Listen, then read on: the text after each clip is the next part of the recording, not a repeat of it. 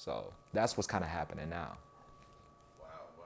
So you said you ended up going to Worcester. Hmm. So when I was in high school, I was so convinced. Like even my dad was convinced. Like you were supposed to be going to Harvard. So Hmm. tell me what happened with that situation, man. So my junior year of football, I balled out because I knew like I needed to get to school, and I had FAU on the line, I had FIU, I had Mid Tennessee, Michigan, Cincinnati, a couple different places knocking on my door, handwritten letters, camp invites, ask it, name it. I was talking to them. Like I said, I learned a little bit about the 1 year renewal situation, and so I was a little bit kind of hesitant, and I started looking at other D2, D3. Like nothing was off the table for me when I was a junior.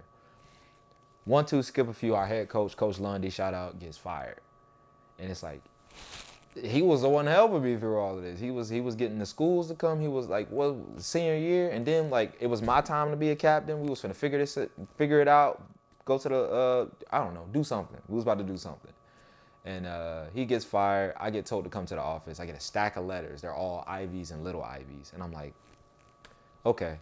My head coach is trying to get me. He said he himself was like, yeah, no, stay away from that. Go here. So he's looking at me that way. I'm like, all right, bet. I'm looking at Harvard, Yale, Dartmouth, Brown, name it. I'm looking at these schools now.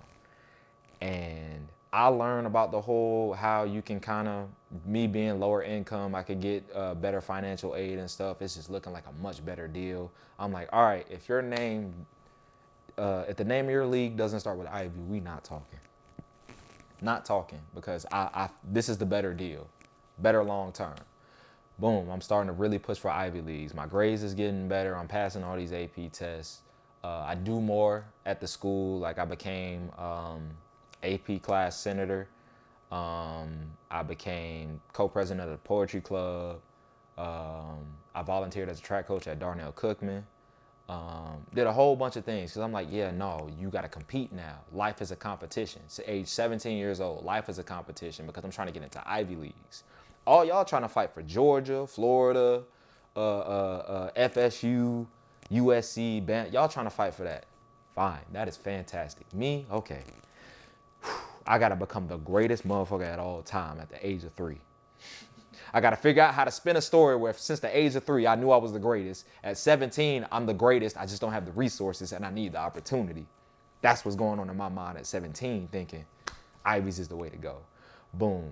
I'm like, Harvard. That's the one I see on TV. That's the one everybody talk about. If you say Harvard or Yale, people say Harvard because it sound cool. And I'm like, all right, I'm going to see what they talking about. Boom. I sign up for Harvard and Yale's camp because they're always the two. And so after my junior season, balled out, I'm like, yeah, what's up, Ivies? Uh, June 28th, me, my dad, and my mom, we go out to Cambridge, Massachusetts. We do a tour of Harvard first, and then the camp is, I believe, the following day. So we toured it the day we got there, I believe the 27th, and then the 28th was the day of the camp. And I got to the camp. It was 300 guys, and we had a first session, second session. First session was more information combine. Second session, information combine, uh, individual drills. Second session, competition.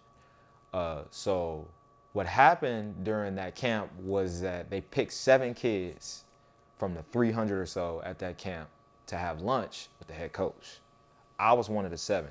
And the part that sealed it was there was one, during individual drills, one drill, backpedal, break 45, get the ball.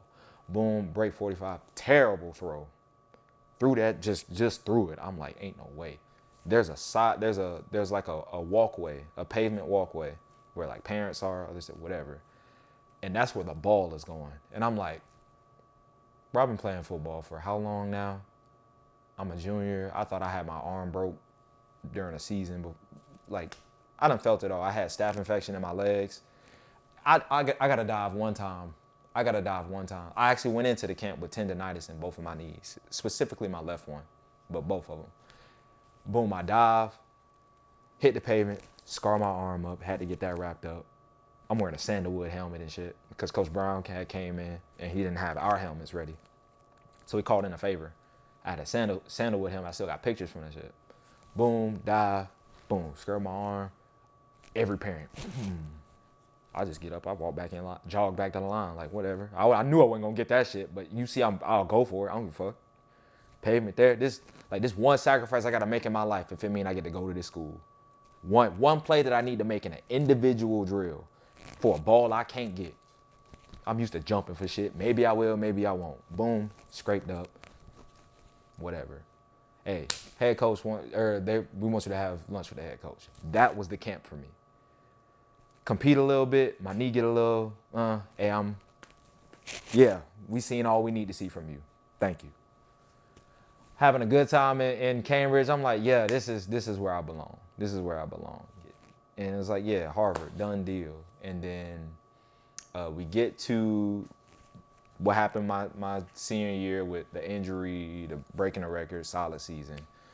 They invite me out to see to watch them play against Penn, which was the other school that was really into me. Like their running back coach I came out of class because their running back coach was in Brown's office trying to sell me University of Pennsylvania. So that's two Ivies knocking on the door. I get to see both in the same game. Yeah, I'll come to that.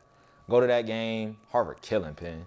Get towards the end of the game, Penn start to come back, Harvard seals it. And then finally, like I get to the office, shake hands with Coach Ryan Crawford, and he tells me, hey, looking at giving you that offer spot. We had that conversation, boom, I got an offer to Harvard, and this is in like November 2013. Next thing I know, they're telling me, hey, you got to take these SAT-2s, which is like subject tests. So you'll take either the ACT or the SAT, probably both, because you got to go, you just need certain scores, but you have to take SAT-2 subject tests to get into Ivy Leagues. You have to take two. Can't be in the same. They can't be in the same subject.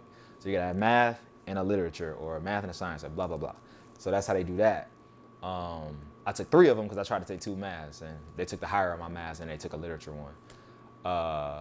But that being said, after you take all of those tests, they pretty much can like go to the admissions board, be like, hey, this is our guy, stamped on it, we good to go. We don't got to worry about nothing until money coming away. And that's where I was pretty much sitting. They call those likely letters. So not letters of intent, the offers that you sign if you go to a D1 or something. These are likely letters, which means that, hey, this kid is Ivy League ready, and we want this kid for our sports programs. Stamp him in. Those are likely letters. And for some reason, they just didn't follow through with mine. And then I'm getting a call a couple months later. Not a call. I try to hit them up through Facebook DM because that was our primary means of communication. Dirt silence. Quiet in there. Graveyard. Then finally, it's February. We thinking about, whatever's going on in February at Paxson. Boom, hey, the guy that you were in competition with, like the one guy you were in competition with, a couple months ago, he got some offers from military academies and some other Ivies. He wants to take a visit. We want to give him a look. And how we want to do this is because you look better than he does academically and extracurricular wise, we want both of you. So we're going to give him if he wants to go here, we're going to give him the likely letter.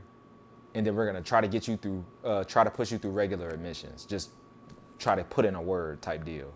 And I was like, let me get on the phone real quick. Cause what the, just my whole future is different now because I don't know if this kid is going to commit. So I'm like sweating. I'm like, bruh, am I going to this school or not? Next day, boom, call. Yo, what's going on? Like, did he? So he wants to commit. I was like, okay. And then the first thing I did was I hit up Worcester because they hit me up in December, a couple weeks after I committed. And I told them I was already committed to Harvard. So because they were the first to reach out to me after my commitment. I pulled back and like went to them, and that's how Worcester kind of happened. And a spin around, take a visit, see what's up, and lock in on it. And then a week later, Mount Union texted me, and now I would have went to Mount Union with my teammate Brad Clapsaddle. Didn't happen, but like that was on the way as well. So like I didn't wait. I pushed the button. Worcester, what's up? Going to Worcester.